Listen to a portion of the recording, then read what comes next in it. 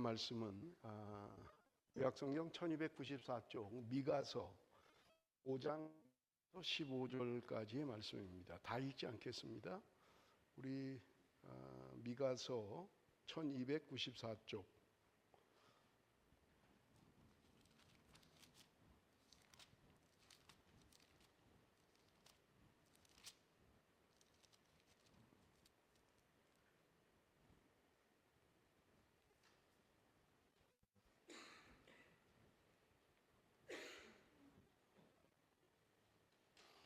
우리 9절까지만 읽겠습니다. 1절부터 9절까지만. 원래 15절까지 우리 5장의 내용인데 9절까지만 읽고 나머지는 제가 설교하면서 말씀을 드리도록 하겠습니다. 우리 한 절씩 교독합니다.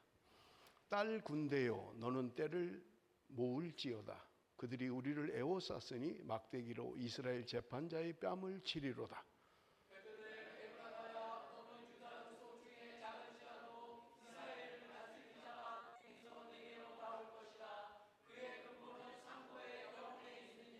그러므로 여인이 해산하기까지 그들을 붙여 두시겠고 그 후에는 그의 형제 가운데 남은 자가 이스라엘 자손에게로 돌아오리니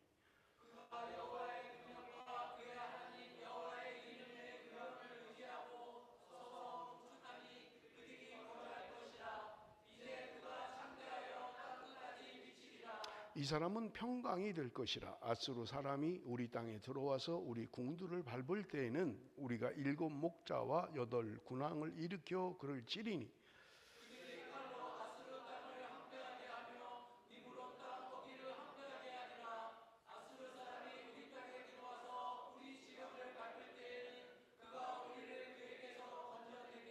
야곱의 남은 자는 많은 백성 가운데 있으리니 그들은 여호와께로부터 내리는 이슬 같고 풀이에 내리는 단비 같아서 사람을 기다리지 아니하며 인생을 기다리지 아니할 것이며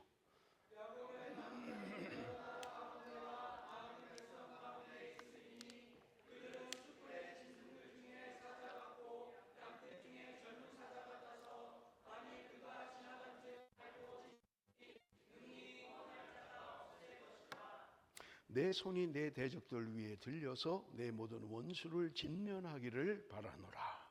아멘. 여러분, 오늘 우리 매일 성경 큐티 본문이 오늘부터 미가서입니다. 미가서 1장 말씀을 묵상하게 되는데 특별히 9장의 말씀을 여러분과 함께 나누기를 원하는 것은요, 성탄절 때 단골 메뉴로 등장하는 게 그래서 오늘 1장을 원래 묵상해야 되는데 성탄주일이라 우리도 미가서 5장을 그렇게 함께 나누기를 원하는 것입니다.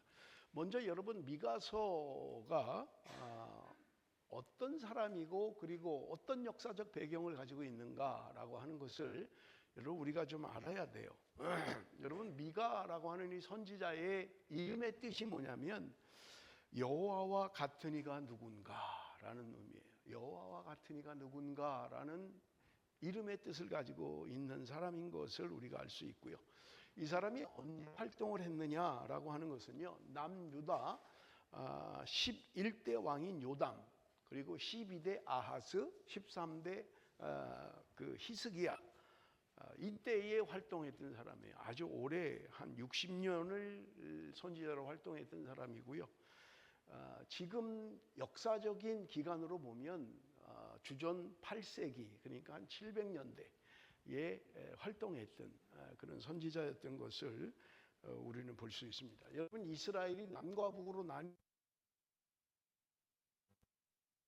200년쯤 흐른 시점이다. 여러분, 그렇게 이해를 하시면 좋을 것 같고요.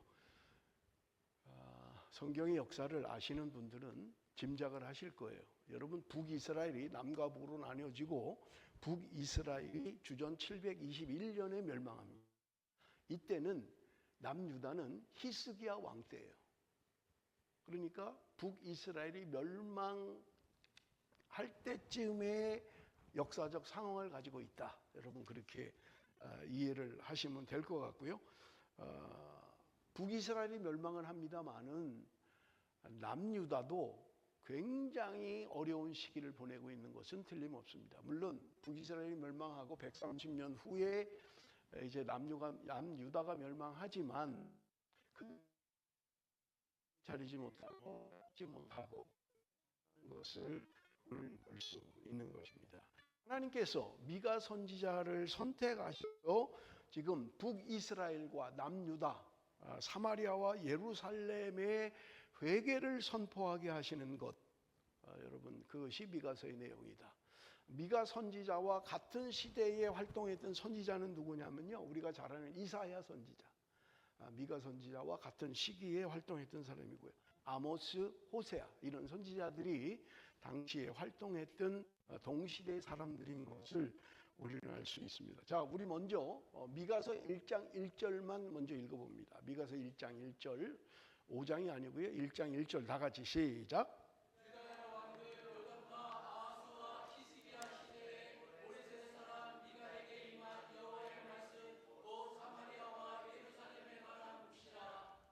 여러분, 미가 선지자를 통해서 지금 예언하고 있는 내용들을 이야기한다면 미가에게는 사명이 있었어요. 그게 뭐냐면 죄로 인한 하나님의 심판이라는 것과 그리고 남은 자의 구원에 대하여 이야기하는 것을 미가 선지자에게 사명으로 주셨다. 여러분, 그런 말이에요.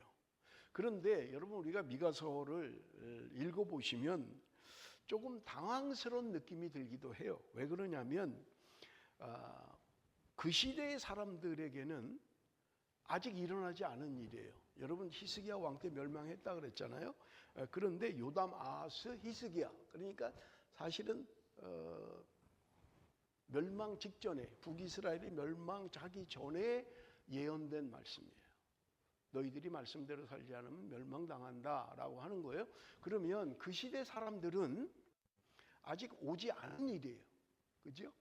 너희들이 말씀대로 안 멸망할 거야 라는 이야기고, 지금 우리 시점에서는, 우리가 미가서를 읽는 우리 시점에서는요, 이미 2700년 전에 일어난 일이에요. 그리고 북이스라엘의 멸망도 알고 남유다의 멸망도 알고 오늘 성경이 말하는 예수 그리스도의 탄생도 우리가 다 알고, 천년 전에 주님, 그러니까 이 말씀을 받는 당시대의 사람들은, 그 시대의 사람들은 아직 오지 않은 일이 있는 거예요. 우린 이미 다 알고 있는 일을 말씀으로 대하고 있는 것이다. 그러니까 좀 당황스럽죠. 어떤 사람은 아직 닥치지 않은 일을, 다가오지 않은 일에 대해서 예언하고 있는 말씀이라면, 우리는 이미 하나님의 말씀이 성취되고 이루어지고 하나님의 말씀대로 이미 심판이 이루어진 사건을 이야기하고 있는 것이다 라고 하는 것입니다. 그래서 여러분, 심판의 날, 하나님의 심판, 너희들이 말씀대로 살지 않으면 심판이 있다라고 하는 것은 양면성이 있다는 거예요. 양면성이 있다는 거예요. 그게 뭐냐면, 심판받을 사람, 하나님의 말씀대로 순종하지 않고 살아갔던 사람, 심판받을 사람에 대한 이야기가 있는가 하면, 남은 자들, 그 심판으로부터 구원함을 받은 남은 자들에 대한 이야기도 있다는 거예요. 그래서 미가서는 양면성이 있다는 거예요. 어떤 사람들에게는 준엄한 심판에 대한 이야기지만 어떤 사람들은 남은 자들에 대한 이야기를 하고 있는 것을 우리는 볼 수 있는 것입니다. 그래서 여러분, 우리가 성경을 읽으면서 이런 양면성을 가지고 성경을 읽어야 된다는 거예요. 자, 5장 1절 우리 한번 좀 봅니다. 오늘 읽었던 5장 1절. 딸 군대여, 너는 때를 모을지어다. 그들이 우리를 에워쌌으니 막대기로 이스라엘 재판자의 뺨을 치리로다. 여러분, 딸 군대라는 말을 들어보셨나요? 딸이면 딸이고 군대면 군대지, 딸 군대. 그래서 영어 성경에는 딸의 군대, 킹 제임스 버전에 딸의 군대 이렇게 표현하고 있는 거예요. 그런데 여러분, 여자들이 군대에 가는 나라는 지금도 많지 않잖아요. 그죠? 손에 꼽을 정도로 더군다나 모병이 아니라 징집되어서 가는 나라는 많지 않아요. 대부분의 나라는 여자는 군대를 가지 않습니다. 남자들이 군대를 가는 거죠. 그런데 여기 오늘 본문에 딸의 군대다라고 이야기하고 있는 것을 우리는 볼 수 있어요. 무슨 말이냐면, 지금 이스라엘은 하나님의 입장에서 딸과 같은 존재라는 거예요. 우리 지안이 얼마나 이뻐요. 딸이 엄마한테 와가지고 얼마나 재롱을 부리고 얼마나 이뻐요. 그냥 이쁜 거예요. 그런데 하나님의 입장에서 이스라엘 백성들은 딸 같다는 거예요. 딸 같다. 남자들보다는 아무래도 여자들이 살갑게 하잖아요. 뭐 키워보시면 알아요. 그건 뭐 남자들은 뭐 거의 말 잘 안 하고 뭐 하면 퉁명스럽게 대답하고 좀 크면, 근데 여자아이들은 아주 엄마 아빠 이렇게 살갑게 하고 그렇게 하는 것을 우리가 볼 수 있죠. 이스라엘이 하나님의 입장에서 딸 같은 존재라고 이야기할 수 있다는 말입니다. 그런데 그들은 군대예요. 딸 군대라는 거예요. 무슨 말이냐면 딸과 같은 존재인 그들의 군대가 어떤 상황에 있다 할지라도 하나님이 지켜주시고 보호하실 것이다 라고 하는 의미를 가지고 있는 것이라는 말이에요. 그래서 1절 하반절에 보면 그들이 우리를 애워쌌으니 막대기로 이스라엘 재판자의 뺨을 치리로다 라고 이야기하고 있는 것을 우리가 볼 수 있어요. 이스라엘의 전쟁, 여러분 아수르에 의해서 북이스라엘이 멸망했잖아요. 바벨론에 의해서 남유다가 멸망을 했잖아요. 여러분 멸망을 할 때는요, 지금보다 훨씬 더 혹독한 대접을 받게 돼 있어요. 포로에 대해서 훨씬 혹독한 재판을 받아요. 지금은 뭐 그래도 많이 양반이죠. 먹을 거 주고 뭐 잘 하고 그러잖아요. 그런데 그 당시만 해도 전쟁에 졌다, 그래서 포로가 됐다, 그러면 그의 가족뿐만 아니라 나라 전체가 어려운 삶을 살아갈 수밖에 없는 것을 우리는 볼 수 있는 것입니다. 완전히 멸망해버리고 만다는 거예요. 그럼에도 불구하고 하나님의 역사는 끝나지 않은 것을 오늘 본문은 이야기하고 있는 것이에요. 하나님의 역사는 그 멸망을 통해서 이제 새로운 국면을 맞이하게 될 것이다 라고 하는 것을 오늘 미가서를 통해서 말씀하고 있는 거예요. 왜 그렇습니까? 오늘 본문 2절에 보면 베들레헴 에브라다야 너는 유다 족속 중에 작을지라도 이스라엘을 다스릴 자가 내게서 내게로 나올 것이라. 그의 근본은 상고의 영원에 있느니라. 여러분 베들레헴이라고 하는 이 지역은요, 우리가 뭐 지금은 다 알잖아요. 예수 믿는 사람이면 뭐 저도 그렇습니다만 한번 가보고 싶은, 거기 성지순례 한번 가봤으면 좋겠다, 예수님이 탄생한 곳 가봤으면 좋겠다는 우리가 소망을 가지고 있잖아요. 그런데 그 당시에는요, 베들레헴이라고 하는 이 지역은요 굉장히 초라한 곳이에요. 아주 작은 곳이에요. 여러분 성경이 그것을 이야기하고 있는 것을 우리는 볼 수 있습니다. 아주 초라한 마을인데 그곳에서 예수 그리스도가, 새로운 목자가 탄생할 것을 이야기하고 있는 것을 우리는 볼 수 있습니다. 그래서 이스라엘을 다스릴 자가 누구냐 라고 할 때 그분의 근본은 여기 성경이 말합니다. 상고의 영혼에 있습니다 라는 거예요. 상고라는 말은요, 원어의 의미가 미래를 이야기하는 거예요. 미래. 그런가 하면 영원이라고 하는 것은 과거를 이야기하는 거예요. 그러니까 과거부터 미래까지 하나님 예수 그리스도가 다스릴 것이고 통치하실 것을 이야기하고 있는 것을 우리는 볼 수 있습니다. 왜 그렇습니까? 여러분 우리는 이미 알고 있는 일이에요. 지금 미가가 이야기한 2절에 지금 새로운 목자가 태어날 것이라는 것은 우리가 다 잘 알아요. 예수 그리스도를 이야기해요. 그런데 그 사람들의 입장에서는요 700년이 지나야 일어나는 일이에요. 아직 오지 않은 일이에요. 그런데 우리는요, 말씀드렸잖아요, 2000년 전에 이미 태어나셨어요. 오셔서 이미 활동하신 거예요. 그러니까 우리는 이미 다 알고 있는 그런 내용인 것을 우리는 볼 수 있는 것입니다. 우리는 이미 지나간 일이고 과거의 일이지만 그 사람들에게는 다가올 일로 이야기하고 있는 것을 우리는 볼 수 있는 것입니다. 성경에 여러분 우리가 성탄절 때 보통 설교 본문을 정하면 마태복음이나 누가복음을 많이 선호합니다. 예수님의 탄생에 대한 기사, 탄생에 대한 이야기, 이런 것들을 많이 봅니다. 그런데 여러분 마태복음 2장을 보면 예수님이 태어날 당시에 동방에서 박사들이 유대인의 왕으로 나신 분을 경배하러 왔다. 그렇게 성경은 이야기하고 있는 것을 볼 수 있어요. 그래서 그분이 어디 계시냐라고 헤롯 왕이 물어요. 여러분 마태복음에 보면. 그런데 헤롯 왕이 그 자가 도대체 어디서 태어날 거냐라고 할 때 그 주변에 있던 헤롯 왕의 주변에 있는 대제사장들 그리고 서기관들은 의심의 여지 없이 바로 대답합니다. 그것은 베들레헴입니다 라고 이야기해요. 왜요? 미가서에 이미 예언되어 있기 때문에 그런 거예요. 그러니까 그들이 주저함 없이 그 메시아가 태어날 곳은 베들레헴입니다 라고 이야기할 수 있었다는 말입니다. 여러분 대제사장이나 서기관들이나 이런 사람들은요 성경을 잘 아는 사람들이에요. 그러니까 구약 성경의 그 미가서에서 한 이야기를 알고 있는 거예요. 그러니까 어디서 태어나느냐라는 질문 앞에 주저하지 않고 그것은 베들레헴이라고 이야기할 수 있었다는 말입니다. 성경을 잘 아는 사람들이에요. 그런데 그들이 예수님을 경배하러 가진 않았어요. 그들이 성경을 알고 있었는데 메시아가 베들레헴에서 태어날 것을 그들은 성경을 통해서 알고 있었는데 정작 헤롯 대왕이 그 메시아가 어디서 태어날 거냐 할 때 대답도 했는데 정작 그들은 주님을 경배하는 데 있지 않았다는 거예요. 여러분 우리가 성경을 많이 알 수 있어요.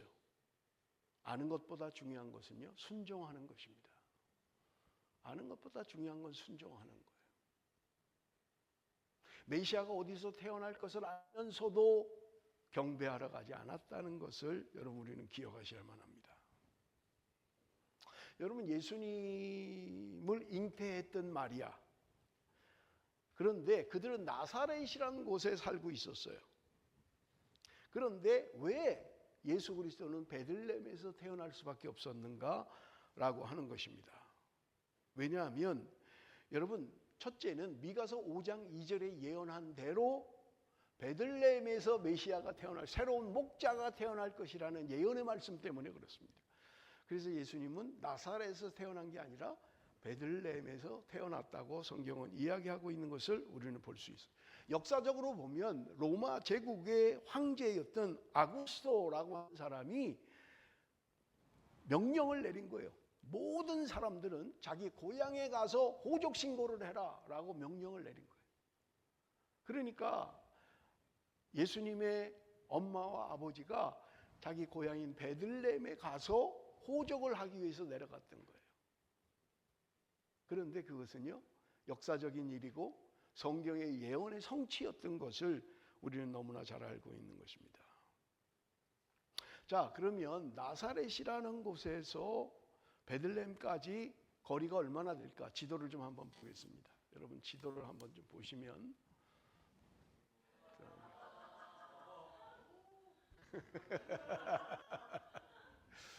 여러분 여기 나사렛이잖아요. 나사렛 요 갈릴리 동쪽에 있죠. 이쪽 서쪽에요. 그리고 지금 여기 흘러내리는 게 요단강이에요. 요단강. 그런데 나사렛에서 지금 여기 베들레헴까지 오는 길이 숏길이 이렇게 타고 오면 직선거리예요. 그런데 여기는 산악지대예요. 그러니까 사람들이 잘 선호하지 않는 길이에요. 이렇게 가면 직선거리로 가면 120km 정도 되는 거리입니다. 그런데 사람들이 선호하는 길은 여기서 요단강 쪽으로 오는 거예요. 요단강 길을 타고 내려오는 거예요. 그러면 요단강에 있는 길은 사람들이 많이 이용할 뿐만 아니라 낮은 지대예요. 그냥 걸어서 갈 수 있는. 그래서 요단강 길을 따라서 내려와서 여리고에서 예루살렘으로 베들레헴으로 오는 길. 이 길을 사람들이 선호하는 길이에요. 이렇게 가면 150km 정도를 가야만 합니다. 그런데 여러분 우리가 아는 것처럼 지금 마리아가 출산을 앞두고 있잖아요. 지금 베들레헴에 와서 예수를 낳았으니까요. 그러니까 지금 배가 불러서 만삭인데 지금 이제 낳기 한 달도 안 됐을 거예요. 지금 여기를 가야 되는 거예요. 지금. 그러니 쉽지 않잖아요. 만삭인 아내와 지금 이 길을 가야 되니까 쉽지 않은 거지. 얼마나 힘든 길을 갈 수밖에 없습니까? 그래서 어쩔 수 없이 갔지만 지금 로마 황제의 명령으로 지금 고향에 가서 호적 등록을 하기 위해 갔지만 여러분 이것은요 예언의 성취였고 말씀의 성취였다라고 하는 것을 우리는 볼 수 있는 것입니다. 베들레헴이라는 이 단어는요 여기 베들레헴 에브라다 이렇게 이야기하고 있잖아요. 베들레헴이라는 말은요 그 의미가 뭐냐? 떡집이에요. 떡집 이름이. 여러분 우리 교회 이름이 뭐죠? 베델이잖아요. 뜻이 뭐예요? 예? 하나님의 집이에요. 여러분 베델은 한국말이 아니에요. 히브리어예요. 베델. 벳이라는 말이 집이라는 말이에요. 집. 벳. 엘이라는 말은 하나님이라는 말이에요. 할렐루야 그러잖아요. 엘이라는 말은 하나님이라는 말이에요. 그래서 우리 교회 이름은 하나님의 집이다 그런 말이에요. 하나님의 집. 그게 베델이라는 말이에요. 베들레헴은 뭐냐? 떡집이. 떡 방앗간이 많은 떡집이었다라고 하는 것을 이야기하고 있는 것을 우리는 볼 수 있는 것입니다. 여러분 베들레헴이라는 곳은 굉장히 작은 곳이라고 말씀을 드렸어요. 큰 도시도 아니고 사람이 많이 사는 것도 아니고 그 당시에 도시의 이름도 들어가지 않을 정도였어요. 그 당시에 적어도 우리가 뭐 우리나라도 그렇잖아요. 군이 있고 면이 있고 리가 있고 이러잖아요. 그런데 적어도 좀 이름이 올라갈 정도가 되면 인구 1000명 정도는 돼야 돼요. 그래야 뭐 무슨 리 이렇게 되는 거예요. 그런데 그것도 안 되는 거예요. 그러니까 얼마나 작은 촌입니까? 그런데 그곳에서 새 목자, 새 지도자가 탄생을 하고 그곳에서 예수 그리스도가 탄생한다고 말씀하고 있는 것을 우리는 볼 수 있는 것입니다. 너무나 보잘것없는 아주 자그마한 마을에서 새 목자가 탄생하고 있다는 거예요. 것처럼 망해가는 이스라엘, 이제 멸망해가는 이스라엘, 아수르에 의해서 북이스라엘이 멸망을 하고요. 남유다도 곧 멸망할 그 비참한 시기에 있는 그들에게 소망과 희망을 주고 있는 것을 우리는 볼 수 있는 것입니다. 메시아가 그곳에 탄생한다고 이야기하고 있기 때문에 그렇습니다. 그런데 그 메시아가 여러분 성경을 보면 에브랏 집안에서 태어났다. 다윗이 에브랏 집안에서 태어났다고 성경은 묻는 거예요. 그래서 베들레헴 에브라다야라고 성경이 이야기하고 있는 거예요. 이 에브랏이라는 곳은 17장 12절 우리 한번 읽어봅니다. 7장 12절 다 같이 한번 읽어봅니다. 시작.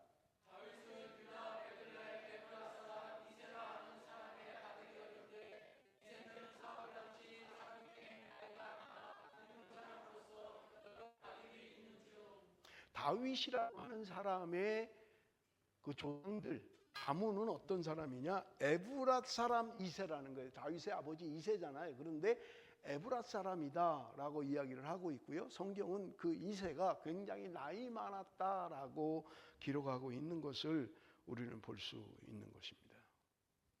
에브랏 집안은 그렇게 내놓을 만한 집안이 아니에요. 뭐 대단한 무슨 명성을 가지고 있는 것도 아니고요. 무슨 지위를 가지고 있는 것도 아니고요. 정말 보잘것없는 그런 집안인 것을 우리가 볼 수 있습니다. 여러분 우리가 룻기에 보면 나오미가 흉년이 들어서 지금 다른 나라로 이민을 가버리잖아요. 그때 이 나오미의 남편 엘리멜렉이라고 하는 사람이 에브랏 사람이었다. 성경은 이야기하고 있는 거예요. 가족이 먹을 게 없어서 모압으로 도망가서 먹고 살아야 될 정도로 힘든 삶을 살았던 사람들이에요. 뭔가 내놓고 뭔가 자랑할 만한 아무것도 없는 사람들이었던 것을 우리는 볼 수 있는 것입니다. 다행히 아들이 다 죽고 남편도 죽고 돌아올 때 이방 여인 롯이 같이 이스라엘로 돌아오잖아요. 그런데 그가 이제 다윗의 조상이 되는 것을 우리는 너무나 잘 알고 있는 것입니다. 보잘것없는 집안인데 내놓을 만한 것도 없는데 알아줄 만한 것도 없는데 그곳에서 새로운 목자가 탄생하고 있는 것을 우리는 볼 수 있는 것입니다. 더군다나 다윗의 후손으로 오신 예수 그리스도, 그분은 대단한 명문 집안에서 태어난 게 아니라는 거예요. 아주 가난한 집안에서, 보잘것없는 집안에서, 이름도 잘 알지 못하는 곳에서 그렇게 태어난 분이 예수 그리스도와 그런 말입니다. 4절 말씀 우리 한번 같이 읽어봅니다. 4절 말씀 다 같이 시작.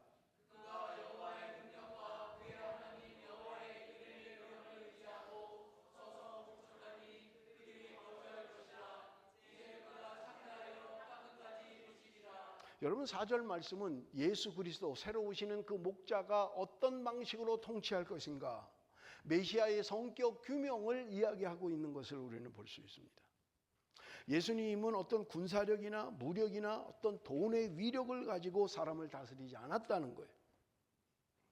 왜냐하면 인간의 근본 문제는 그런 것으로 해결되는 것이 아니기 때문에 그렇습니다. 여러분, 모세가 출애굽을 할 때 무슨 대단한 무기를 가지고 나왔습니까?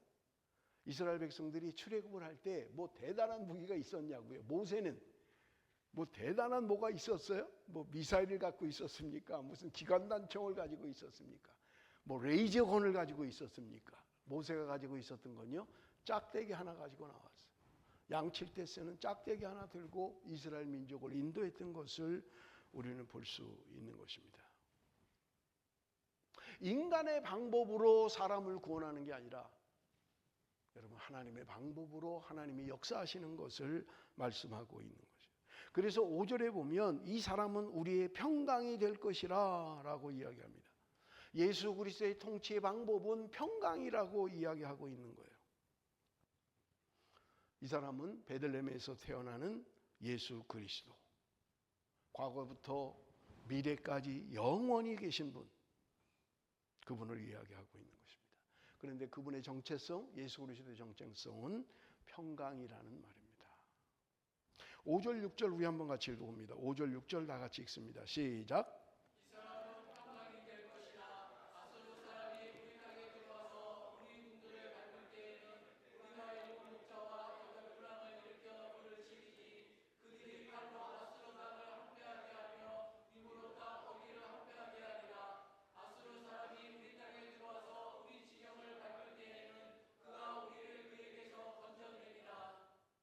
지금 여기 본문이 이야기합니다.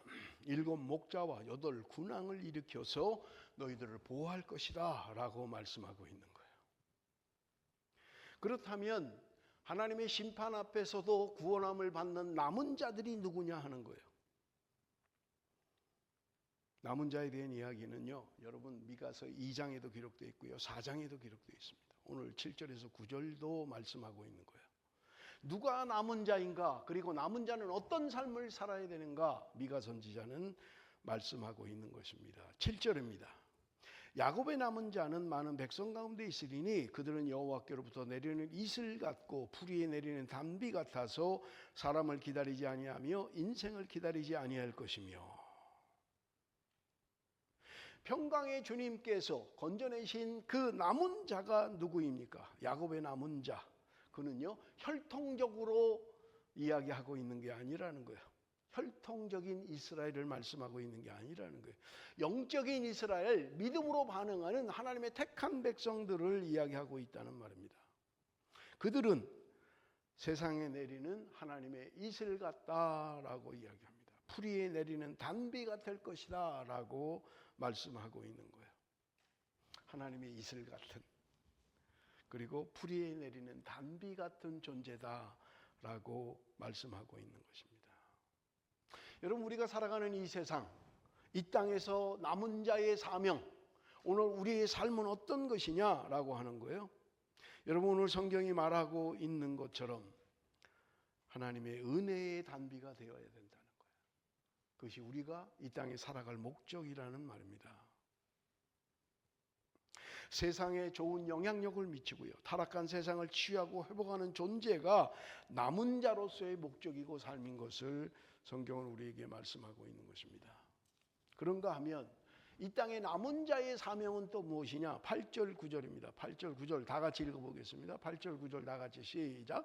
야곱의 남은 자는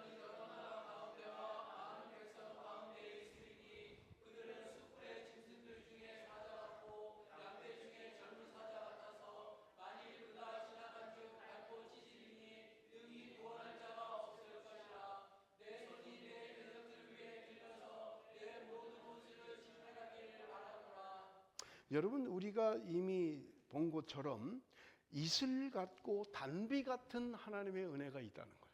그래서 우리는 이 땅에 살아가는 동안 많은 선한 영향력을 미쳐야 되고요, 이 땅에 정말 은혜와 단비 같은, 이슬 같은 이런 은혜를 미쳐야 된다는 거예요. 그런데 여러분, 두 번째 여기 오늘 보면 8절 9절에는요 다른 이야기를 또 해요. 그들은 수풀의 짐승들 중에 사자 같고 양떼 중에 젊은 사자 같아서. 여러분, 사자 그러면 우리가 뭐 동물계의 왕자다 그렇게 이야기하잖아요. 가장 강한 자 뭐 이야기할 때 사자, 호랑이 뭐 그렇게 이야기하잖아요. 그런데 그 사자 중에도 젊은 사자 같다는 거예요. 여러분, 짐승도요 어릴 때는 그렇게 힘이 강하지 않죠. 아무리 사자라고 해도. 또 오래되어서 늙으면 짐승 아무리 뭐 세계를 호령했던 사자라 해도 힘이 빠지는 거예요. 빨리 달리지도 못하는 거예요, 나이가 들면. 그런데 젊은 사자 같다는 거예요. 젊은 사자. 사자가 동물계의 왕인데 그것도 젊을 때. 그러니 모두 두려워하는 거예요. 그 사자를 두려워하는 거예요. 그런데 하나님의 택한 백성들이 젊은 사자와 같을 것이다 라고 이야기하고 있는 것을 우리는 볼 수 있는 것입니다. 한편에서는 우리가 이 땅에 정말 살아가는 삶이 이슬 같고 단비 같은 세상에 선한 영향력을 미치는 삶을 살아야 되지만, 때로는 젊은 사자와 같이 그렇게 통치하고 다스려야 된다라고 하는 것을 말씀하고 있는 것을 우리는 볼 수 있습니다. 무엇을 이야기합니까? 하나님을 의지하는 자는 그만큼 강할 수 있다는 거예요. 우리가 이 땅에 살아가는 동안 선한 영향력을 미치기도 해야 되지만, 때로는 젊은 사자와 같이 강하게 싸워서 이겨야 되는 하나님의 사람, 남은 자로서의 삶을 살아야 할 것을 이야기하고 있는 것을 우리는 볼 수 있습니다. 여러분, 그렇습니다. 우리가 하나님 앞에 나라고 하는 존재는 약한 존재일 수밖에 없어요. 연약한 존재일 수밖에 없습니다. 그러나 우리가 하나님의 남은 자로, 하나님의 은혜를 입은 자로 살아갈 때 우리는 젊은 사자와 같은 강인함과 강함으로 살아갈 수 있는 것을 말씀하고 있는 것입니다. 오늘날 교회가 진리의 말씀을 붙들고 말씀 앞에 견고히 설 수만 있다면, 여러분, 우리는 세상에 대하여 젊은 사자와 같이 우리는 강할 수가 있는 것입니다. 그럼에도 불구하고 교회는 이 땅의 단비와 같이, 여러분, 이슬과 같이 선한 영향력을 또한 미쳐야 된다고 이야기하는 것입니다. 그래서 이런 양면성을 가지고 있다는 거예요. 오늘 남은 자는 우리가 세상을 향하여 은혜를 끼치고 구제하고 이런 단비와 이슬 같은 영향력을 미쳐야 되지만, 때로는 진리에 대한 것에 대해서는 젊은 사자와 같이 강하게 싸워서 이겨야 되는 이런 양면성을 가지고 있다는 말입니다. 그러므로 여러분, 그냥 다 좋은 게 좋아, 그냥 말씀도 타협하고 진리도 타협하고 그냥 자기 원하는 대로만 하는 것은 바른 게 아니라는 거예요. 때로 말씀 앞에, 진리 앞에 타협하지 않고 정말 강하게 말씀으로 살아가는 삶, 그런가 하면 또 일면에서는 단비와 같이, 이슬과 같이 세상에 선한 영향력을 미치는 삶을 살아야 된다는 말입니다. 자, 마지막 우리 10절에서 15절 제가 읽겠습니다. 마지막. 여호와께서 이르시되 그날에 이르러는 내가 내 군마를 내 가운데서 멸절하며 내 병거를 부수며 내 땅의 성읍들을 멸하며 내 모든 견고한 성을 무너뜨릴 것이며 내가 또 복수를 내 손에서 끊으리니 내게 다시는 점쟁이가 없게 될 것이며 내가 새긴 우상과 주상을 너희 가운데서 멸절하리니 내가 내 손으로 만든 것을 다시는 섬기지 아니하리라. 내가 또 내 아세라 목상을 너희 가운데서 빼버리고 내 성읍들을 멸할 것이며 내가 또 진노와 분노로 순종하지 아니한 나라에 갚으리라 하셨느니라. 그날에 이르러는 심판의 날이 이를 때라는 말이에요. 하나님의 심판이 이르는 날이 올 것이라는 거예요. 하나님께서 모든 것을 멸망시키고 무너뜨릴 것이라고 말씀하고 있는 것을 우리는 볼 수 있습니다. 그런데 여기 말하는 대상은 지금 남유다를 이야기하고 있는 거예요. 그들은 전쟁에 대비하기 위해서 병거를 준비했어요. 군사력을 키웠습니다. 그럼에도 불구하고 그들이 멸망한 이유는 무엇입니까? 내가 준비한 군사력이, 내가 가지고 있는 국방력이 나를 지켜주지 못한다라고 하는 것을 분명하게 말씀하고 있는 것을 우리는 볼 수 있습니다.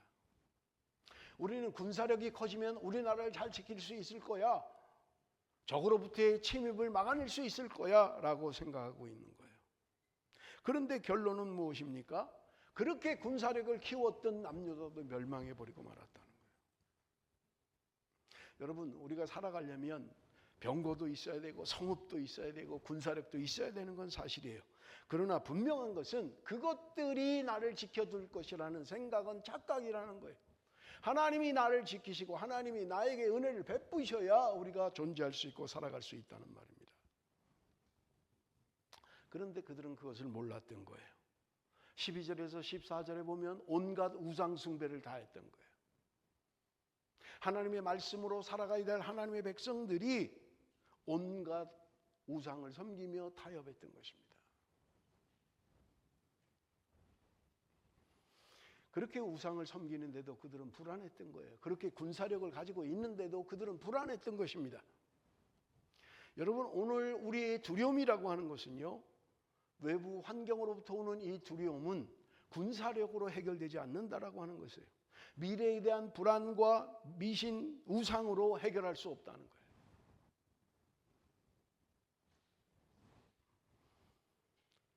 (15절에) 보니까 이런 말씀이 있어요. 내가 또 진노와 분노로 순종하지 아니한 나라에 갚으리라 하셨느니라. 믿는 자에게는 구원함을 주시지만 믿지 않고 하나님을 거부하는 자에게는 심판을 준비하셨다는 말입니다. 사랑하는 성도 여러분, 묻겠습니다. 나를 지켜주는 것은 무엇이라고 생각하십니까? 뭐가 나를 지켜준다고 생각하시는 거예요? 강한 군사력입니까? 넉넉한 재정입니까? 나를 따르는 사람들입니까? 무엇이 나를 지켜준다고 생각을 해요? 우리 철야 때도 기도하고 했습니다마는 지금 시드니 본다이 비치에서 16명의 사망자가 생겼잖아요. 그들은 알았을까요? 거기 가면 총 맞아 죽을 거라는 걸 알았다면 누가 거길 가겠느냐? 그렇죠? 누가 거길 가겠어요? 30살도 안 된 젊은 사람이 밤에 잠 잘 잤는데 아침에 보니까 죽었어요. 우리 이웃 교회 일이잖아요. 몇 년 된 일이긴 합니다만은 29살이었어요. 밤에 잠 잘 잤어요. 아침에 일어나니까 죽었어요. 한 달 된 어린 딸을 남겨두고 그는 그걸 알았을까요? 우리 교회 전도사로 심해있던 허민 목사님, 그 사모님 운동하러 나갔어요. 밖에 운동하러, 건강을 위해서. 거기서 쓰러졌어요. 그리고 돌아오지 못했어요. 오늘 우리에게 일어나는 일들 가운데 내가 예측 가능한 것들이 있나요? 나를 지켜주는 것은 무엇입니까? 무엇이 나를 지켜주고 있단 말입니까?